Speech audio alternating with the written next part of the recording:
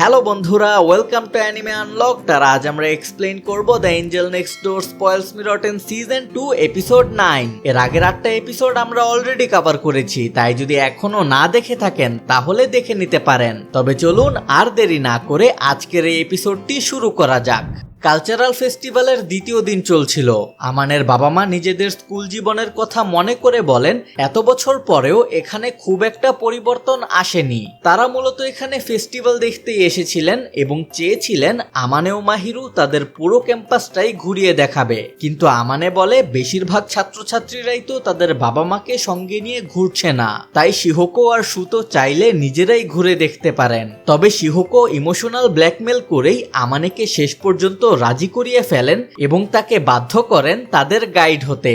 আমানের বাবা মা যখন বিভিন্ন হ্যান্ডমেড আইটেমের স্টল ঘুরে দেখছিলেন, তখন কিডো আমানেকে বলে যে তার বাবা মাকে দেখে মনে হচ্ছে তারা বেশ ভালোই একে অপরের সঙ্গে মানিয়ে চলতে পারেন। আমানে তখন জিজ্ঞেস করে কিডো হ্যান্ডিক্রাফট ক্লাবে কি করছে, কারণ সে ভেবেছিল কিডো হয়তো কোনো স্পোর্টস টিম পরিচালনা করবে।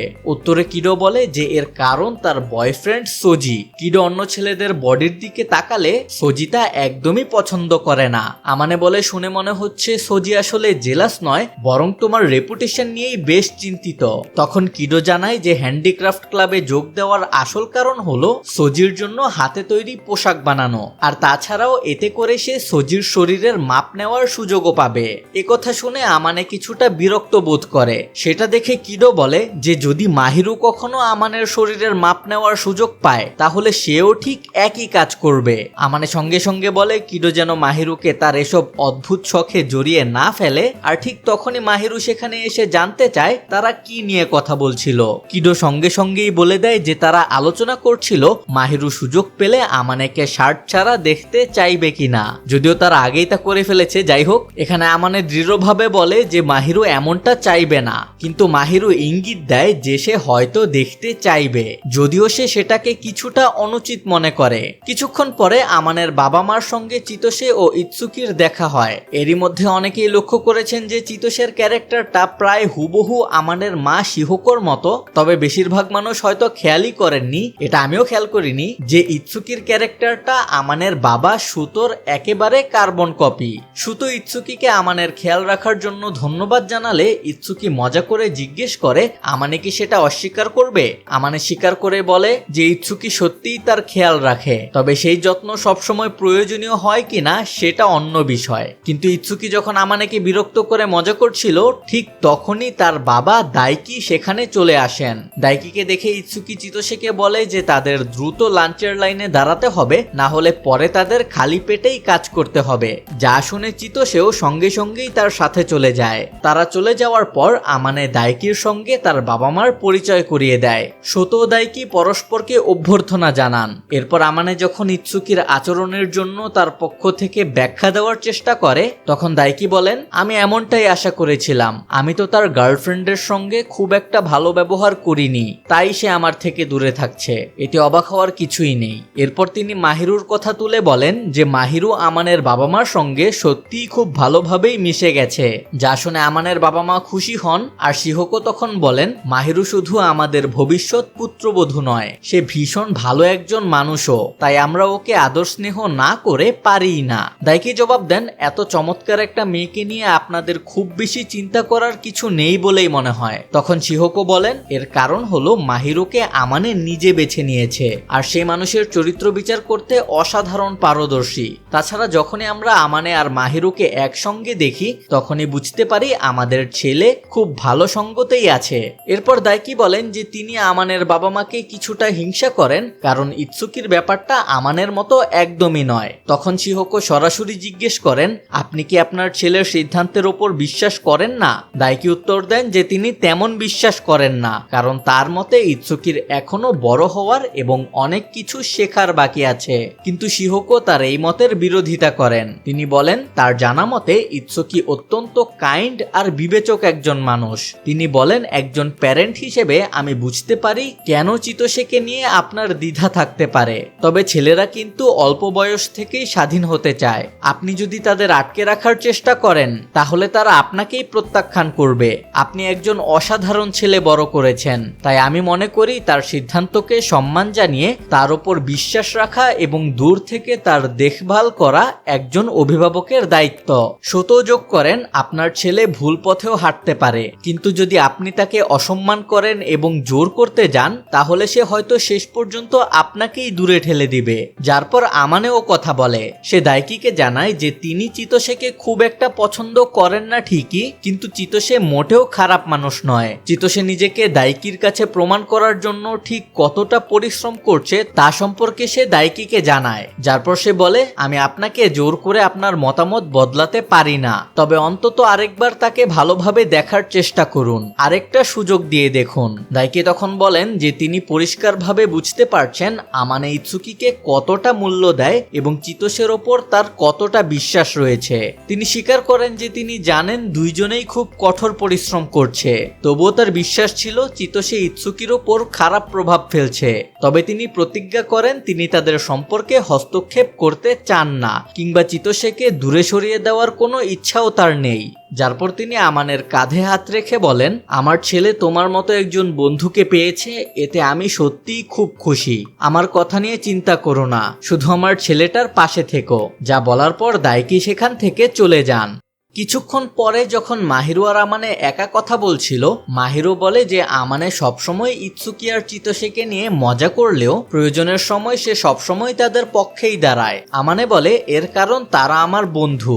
তখন মাহিরু বলে, তুমি কিন্তু তোমার এই দিকটা তাদের কখনোই দেখাও না। যার জবাবে আমানে বলে, কিন্তু তোমাকে তো দেখাই। মাহিরু তখন বলে যে আমানের এই সাহসী দিকটা তার কাছে বেশ ভালো লাগে। যা শুনে আমানে মজা করে বলে যে মাহিরু এমনটা মনে করে জেনে সে খুবই খুশি হয়েছে। যার পর সে বলে ইৎসুকি আর চিতোসের জন্য সে ইচ্ছাকৃতভাবে বড় কোনো সিন ক্রিয়েট করতে চায় না, কারণ ইৎসুকি বা চিতোসে কেউই তা পছন্দ করবে না। আর দাইকি যা বলতে চেয়েছিলেন সেটাও সে কিছুটা বুঝতে পেরেছে।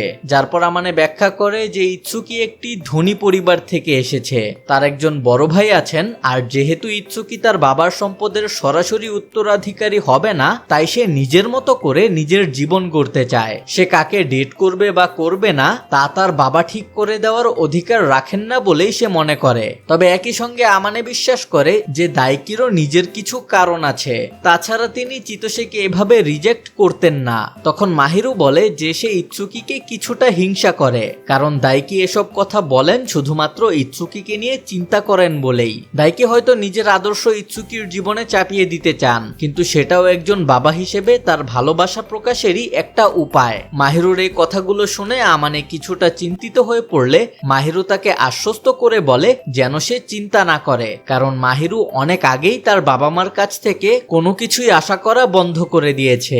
মাহিরু বলে যে তার পরিবারের সঙ্গে তার সম্পর্ক খুবই দুর্বল, তাই দাইকিকে ইৎসুকির জন্য এতটা উদ্বিগ্ন দেখে তার একটু জেলাস ফিল হয়েছে। তবে এরপরই মাহিরু দৃঢ়ভাবে জানায় যদি এই মুহূর্তে তার বাবা মা ফিরে আসে তবুও সে তাদের গ্রহণ করবে না। মাহিরুর কথা শুনে আমানে তাকে বলে যে তার নিজের বাবা মা সবসময় মাহিরুর পাশেই আছে। সে মাহিরুকে আশ্বস্ত করে যে তাকে সত্যিই ভালোবাসা হয় এবং তার নিজের মূল্য নিয়ে কোনো সন্দেহকে যেন সে নিজের উপর প্রভাব ফেলতে না দেয়। তাদের কফি শপে ফিরে শিহোকো মাহিরুকে জড়িয়ে ধরেন এবং তাকে এই মেড কস্টিউমে কতটা সুন্দর লাগছে তা নিয়ে তার প্রশংসা করতে থাকেন। কিন্তু আমানে সঙ্গে সঙ্গেই শিহোকোকে বলে যেন তিনি মেডদের গায়ে স্পর্শ না করেন। তবে শিহোকো তার কথা না শুনে উল্টো আমানেকে আরো বেশি উত্ত্যক্ত করতে শুরু করেন, যার ফলে আমানে জোরে প্রতিবাদ করে ওঠে। এরপর শিহোকো ইচ্ছাকৃতভাবেই মাহিরুকে নিজের কাছে টেনে নিয়ে বলেন, আমি কি আমার নিজের মেয়েকেও একটু আদর করতে পারবো না? যার জবাবে আমানে বলে তিনি এখনো আপনার মেয়ে হননি, কিন্তু তারপরে সে বুঝতে পারে যে তার মায়ের সঙ্গে তর্ক করে তার কোনো লাভই নেই, কারণ সে যাই বলুক না কেন সে শিহোকোর কাছে জিততে পারবে না। মানে কোন মার কাছে ছেলে জিততে পারে ভাই, আমি তো জানি না। যাই হোক, তারা যখন কিছু অর্ডার করতে যাচ্ছিল তখন শিহোকো আবারও আমানেকে বিব্রত করার সুযোগ খুঁজে পায়। তিনি মজা করে জিজ্ঞেস করেন এই মেয়েটাকে কি সঙ্গে করে বাড়ি নিয়ে যাওয়া যাবে? আমানে অত্যন্ত ভদ্র কিন্তু দৃঢ় কণ্ঠে উত্তর দেয় আমরা এমন কোনো সেবা প্রদান করি না। কিন্তু শিহোকো সঙ্গে সঙ্গেই পাল্টা বলেন, কিন্তু তুমি তো প্রতিদিনই ওকে বাড়ি নিয়ে যাও, তাই না? কথাটা শুনে আমানে আরো বেশি বিরক্ত হতে থাকে। তারপর বুঝতে পেরে যে আমানে তার মাকে সামলাতে পারবে না, ইউতা সেখানে উপস্থিত হয়। সে জানায় যে সে আমানের বাবা মাকে শুভেচ্ছা জানাতে এসেছে আর আমানের মা শিহোকোর সৌন্দর্যের প্রশংসাও করতে এসেছে। তার এই আচরণে শিহোকো বেশ মুগ্ধ হন এবং বলেন, যদিও তুমি শোতোর সঙ্গে প্রতিযোগিতা করতে পারবে না, তবুও এটা সত্যিকারের একজন জেন্টলম্যানের মতো কথা বললে। যারপর তিনি ইউতাকে আমানের ভালো বন্ধু হওয়ার জন্য ধন্যবাদ জানান এবং মজা করে জিজ্ঞেস করেন সে কি সবসময় এত মুখ খারাপ করে থাকে। যার উত্তরে ইউতা বলে যে সাম্প্রতিক সময়ে আমানে অনেক বেশি ফ্রেন্ডলি হয়ে উঠেছে আর এর পুরো কৃতিত্ব মাহিরুর ওপর। তখন আমানে তাড়াতাড়ি ইউতাকে বলে এসব কথা অন্তত তার সামনে উচ্চারণ না করতে, কিন্তু ইউতা বলে যে সে শুধু সত্যটাই বলছে। যার জবাবে আমানে বলে, সত্যি হলেও এসব প্রশংসা আমার প্যারেন্টদের সামনে নয়, একান্তে আমাকে বললেই পারতে। ইউতা যার পর আমানেকে একজন ভালো বন্ধু হওয়ার জন্য ধন্যবাদ জানায় এবং আবারও নিজের কাজে ফিরে যায়। ইউতা চলে যাওয়ার পর শোতো বলেন যে আমানের হয়তো এসব শোনার এখন প্রয়োজন নেই, কিন্তু একসময় তিনি এবং শিহোকো দুইজনেই আমানেকে নিয়ে অনেক চিন্তিত ছিলেন। তবে স্কুলে এসে আমানেকে সবার সঙ্গে মিশতে দেখা আর তার সহপাঠীদের মাহিরুর সঙ্গে তার সম্পর্ককে আন্তরিকভাবে সমর্থন করতে দেখা তাদের খুব খুশি করেছে। কিন্তু আমানে বিষয়টা উড়িয়ে দিয়ে বলে যে ওরা শুধু এমন আচরণ করছে কারণ আজ তোমরা এখানে এসেছো।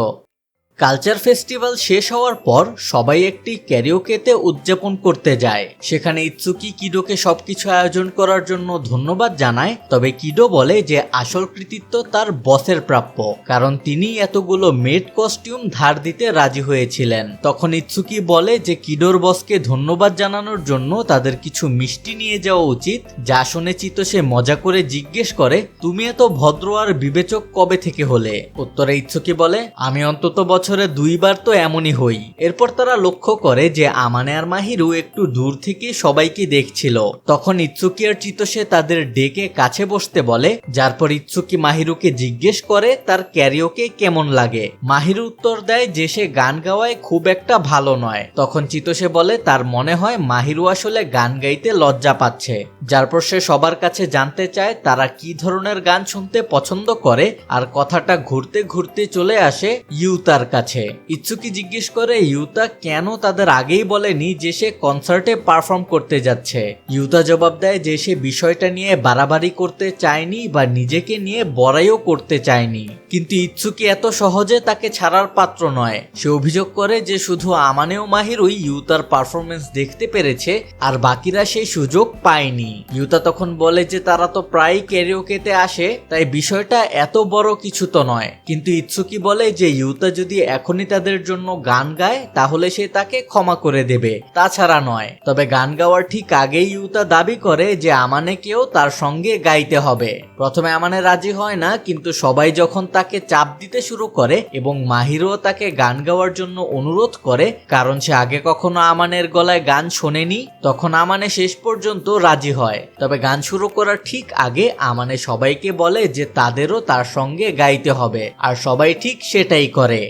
পরে যখন আমানে এবং ইৎসুকি একা ছিল তখন ইৎসুকি জিজ্ঞেস করে চিতোসেকে নিয়ে সে চলে যাওয়ার পর দাইকি কিছু বলেছিলেন কিনা। আমানে তাকে জানায় যে দাইকি খারাপ কিছু বলেননি, শুধু আমানের প্যারেন্টদের সঙ্গে দেখা করে কিছুক্ষণ কথা বলেছিলেন। তখন ইৎসুকি বলে যে সে জানে দাইকি কি বলতে পারেন এবং তিনি কেন চিতোসেকে পছন্দ করেন না। আর এটাই ছিল প্রথমবার যখন ইৎসুকি তার পরিবারের ব্যাপারে আমানের কাছে খোলাখুলি কথা বলেছিল।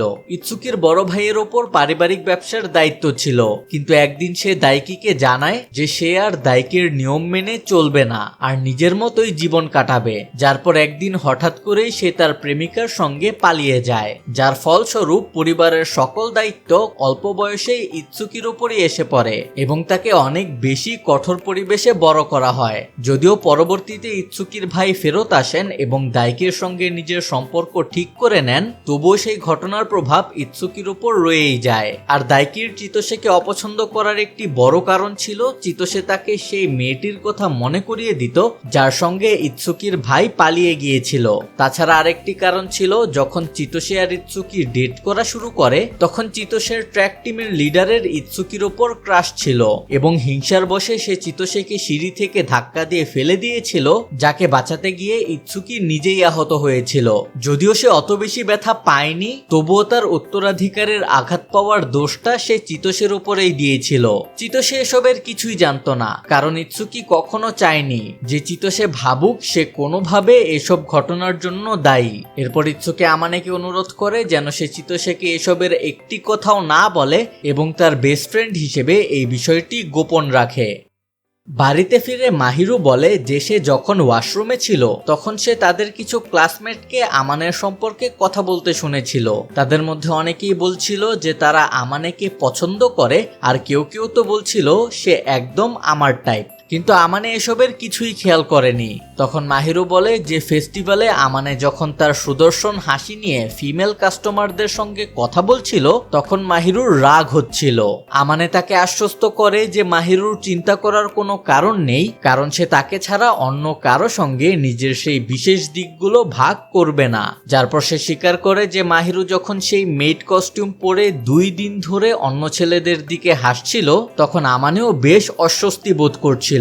তবে এখন যেহেতু সবকিছু শেষ হয়ে গেছে তারা আবারও একে অপরকে শুধু নিজেদের জন্যই পাবে। যার পর তারা কিস করে আর মাহিরু সেই রাতে আমানের সাথে থাকার ইচ্ছা প্রকাশ করে। আর এর মাধ্যমেই শেষ হয় the Angel next door spoils me rotten season 2 এর এপিসোড নাম্বার 9।